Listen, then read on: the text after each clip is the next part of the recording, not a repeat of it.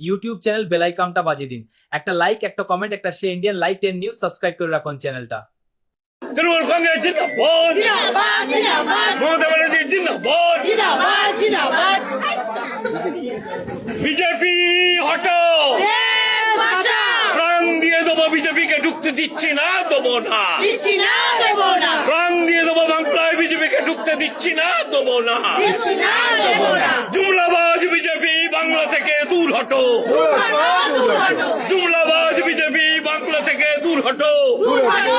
এই মুহূর্তে দেখতে পাচ্ছেন যে আরামবাগে তৃণমূল কার্যালয় আছে, সেই তৃণমূল কার্যালয়ে দেখা যাচ্ছে তৃণমূল সমর্থক কর্মীরা, নেতারা তারা এই মুহূর্তে এসেছেন এবং লক্ষ্মীর ভান্ডার সহ বিভিন্ন প্রকল্পের টাকা বেড়েছে এবং বন্ধ হয়েছে, সেই কারণেই দেখা যাচ্ছে তারা লক্ষ্মীর ভান্ডার নিয়ে তারা মূলত এসেছেন এবং দেখতে পাচ্ছেন তারা এই মুহূর্তে তারা আবিরে মেঘেছে এবং আবির বা আমাদের তারা লক্ষ্মীর ভান্ডার নিয়ে তারা এসেছে। শুধু এখানে সাধারণ মানুষ বা এলাকার প্রতিবেশী এরকমটা নয়, দেখা যাচ্ছে ICDS এর কর্মীরাও তারাও এসেছেন এবং তারাও খুশি।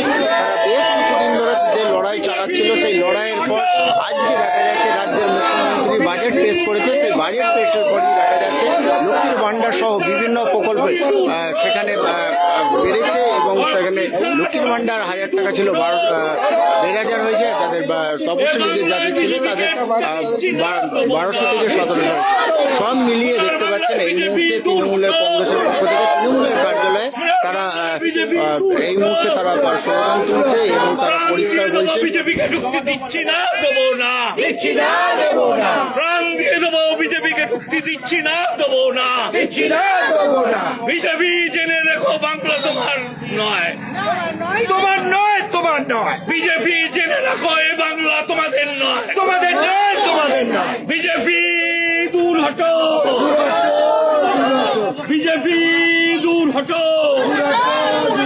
তৃণমূল কংগ্রেস জিন্দাবাদ, মমতা ব্যানার্জি জিন্দাবাদ, অভিষেক ব্যানার্জি জিন্দাবাদ। দেখতে পাচ্ছেন অনেক মায়েরা এসছে, তারা লক্ষ্মী ভান্ডার 1000 থেকে 1,500 হয়েছে, অন্যদিকে 1200 টাকা যাদের ছিল তাদের 17 হয়েছে। সেই জায়গায় আমরা এখানে ICDS কর্মীদের সঙ্গে আমরা আগে কথা বলবো মধুমিতা দিদির সঙ্গে। মধুমিতা দি, এখন পর্যন্ত আপনাদের বাজেট কি হয়েছে? আপনারা আমাদের বাজেট বলতে আমরা আশাবাদী ছিলাম যে রাজ্যের বাজেটে মানবিক মুখ্যমন্ত্রী, যিনি মহিলাদের কথা সর্বদাই ভাবেন, তারই নিদর্শন হিসেবে আজকের এই কল্পতরু বাজেট। আমাদের জন্য উনি 1000 টাকা ভাতা বৃদ্ধি করেছেন। সর্বোপরি যেটা সবচাইতে বড় পাওনা, আমাদের কর্মীরা মানে কর্মরত অবস্থায় মারা গেলে তার পরিবার, তার যে সন্তান স্বামী কিচ্ছু পেত না, সেই জায়গাটা আজকে বিবেচনা করে উনি ডেথ বেনিফিট দিয়েছেন 5 লক্ষ টাকা, আর আগেই আমাদের রিটায়ারমেন্ট বেনিফিট দিয়েছেন 5 লক্ষ টাকা। এবং আমরা এও আশাবাদী উনি আমাদের স্থায়ীকরণ এবং পেনশনের কথাও ভাববেন আগামী দিনে। আমরা এই আশাতেই রইলাম।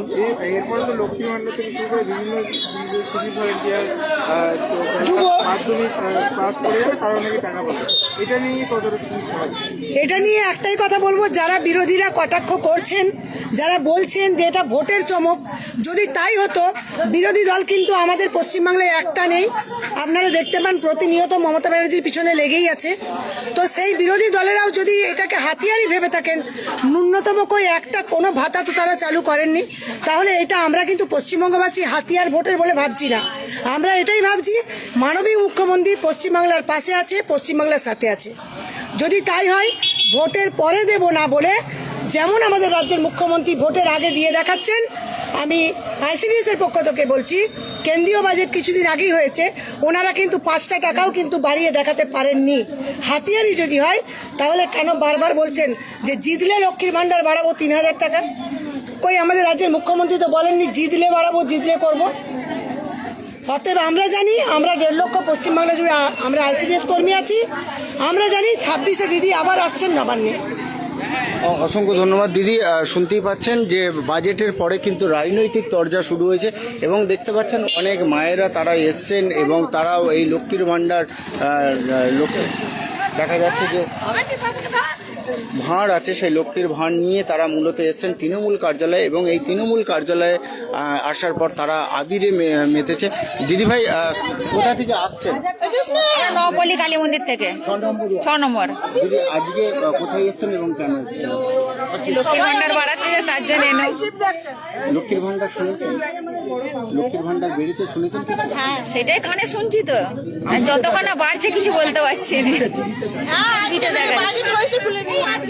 কত ছিল আপনাদের? 1000 টাকা, এখন কত হয়েছে? 1,500 টাকা। খুশি আপনারা? খুশি তো হচ্ছি, এই টাকাটা তো সবাই আশা করে থাকে যে মাসের শেষে টাকাটা পাবো, আশাই থাকেন? সবাই তো আশাই থাকে। এই টাকাটা নিয়ে আপনারা কি করেন? পরিবারের কি কাজে লাগান? লোন শোধ করি। লোন, সত্যি কথা বলতে আমাদের লোনে চলে যায়, নালে ঘরের জিনিস ফিনিস কিনতে চলে যায়, লোন বলতে? কারো টিউশনে মাইনা দেয়, এরকম করে চালায়। লোন বলতে? আমরা যে লোন টোন নিয়ে ঘরটা বাগানো যে, সে তো সব ঘর তো ভেঙে দিচ্ছে। সেইগুলি কাজে লাগান? তা আমার উচিত বলে লক্ষ্মীর ভান্ডার না বাড়ি একটু মাথা গুঁজে ঠাইটা দিলে ভালো হতো। আপনার নাম? আমার নাম বৈশাখী। আর দিদিভাই দেখা যাচ্ছে লক্ষ্মীর ভান্ডার বেড়েছে, কি বলবেন? আমি তো খুব খুশি, কেননা আমার লোনে 1,000 টাকা চলে যায়, আমার লোনটা একটু বাঁচল, কেননা দোকান কেননা দোকানটা একটু ভাঙা পড়ে গেছিল, ওইগুলো তো মেরামত হবে, ছেলের পড়াশোনা আছে, অনেক দিক থেকে দিদিভাই সুবিধা করে দিয়েছে। মানে দিদিভাই যে কি করেছে আমরা আর বলে হ্যাঁ চিনি না, আর কি বলে দিদিভাইকে আর বলার আর কিছু নেই আমাদের। ভোট আসছে, কি বলবেন? দিদিভাইকে ছাড়া আমরা আর কিছু বলতে পারবো না, দিদিভাই আমাদের আশা ভরসা। আচ্ছা, দিদি যখন আমাদের দিদি, দিদিকে আমরা দেখবো। হ্যাঁ দেখছি। আপনি আসুন তো। শুনতে পাচ্ছেন এই মুহূর্তে আমরা এসেছি আরামবাগের তৃণমূল কার্যালয়ে। সেই তৃণমূল কার্যালয়ে দেখা যাচ্ছে যে তৃণমূল নেতা নেতৃত্ব সহ এখানকার স্থানীয় যারা বাসিন্দারা আছে, বিভিন্ন ওয়ার্ড থেকে মহিলারা এসেছে, তারাও কিন্তু এই আবির মেখেছে। তাদের যেটা মূলত দাবি যে লক্ষ্মীর ভাণ্ডার তারা পেয়ে কিন্তু অনেকটাই লোন শোধ করে, তার কারণ তারা লোন থেকে দেখা যাচ্ছে যে ঘর দুয়ার বাগিয়েছে এবং সেই লোন যাতে শোধ করতে পারে সেই টাকা নিয়ে সেটাও কিন্তু তারা করেছে। কেমন লাগছে আমরা সবটাই শুনলাম, বিস্তারিত নিয়ে আসছে, আপনারা দেখতে থাকুন।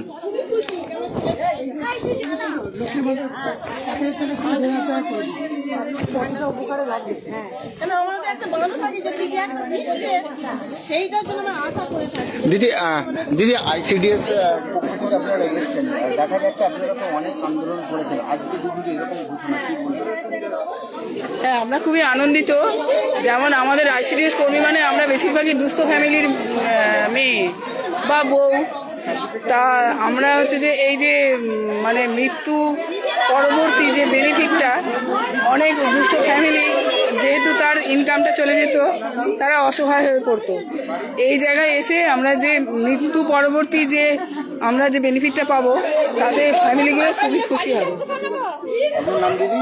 আমার নাম সোমা ঘোষাল। শুনতেই পাচ্ছেন সোমা ঘোষাল আইসিডিএস কর্মী, তাদের সঙ্গে আমরা কথা বললাম।